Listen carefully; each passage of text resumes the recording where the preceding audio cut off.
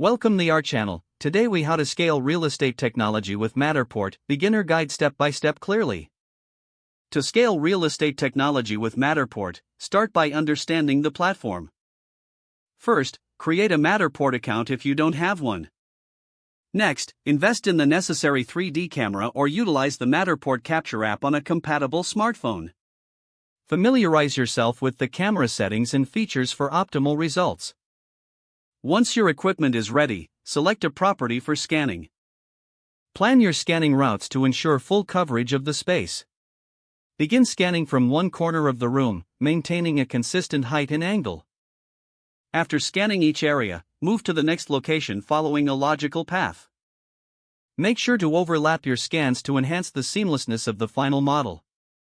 Once complete, upload your scans to the Matterport cloud for processing. Wait for the processing to finish, which typically takes just a few minutes.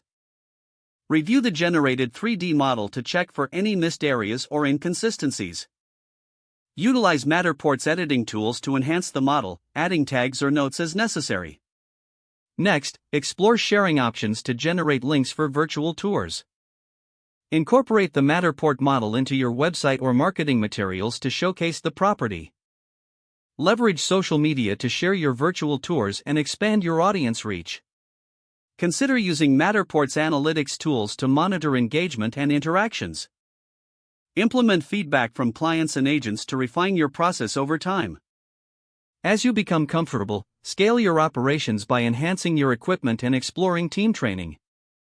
Keep an eye on trends and updates within the real estate technology space to stay ahead. Establish partnerships with real estate agents and firms to broaden your service offerings. With consistent efforts, you can effectively scale your real estate technology using Matterport. If the page does not load, refresh the browser or try again in a private or incognito window. Make sure you are using the correct email address, then retype it carefully to avoid small typos. If your password is not accepted, use the reset option and create a new strong password you can remember. Check your spam folder for verification or security emails, then complete any requested confirmation steps. Enable two-factor authentication if available to improve account security and reduce unauthorized access risk. After signing in, review your profile details so your contact information and settings are accurate and current. Don't forget to like this video and subscribe to our channel for more step-by-step tech guides.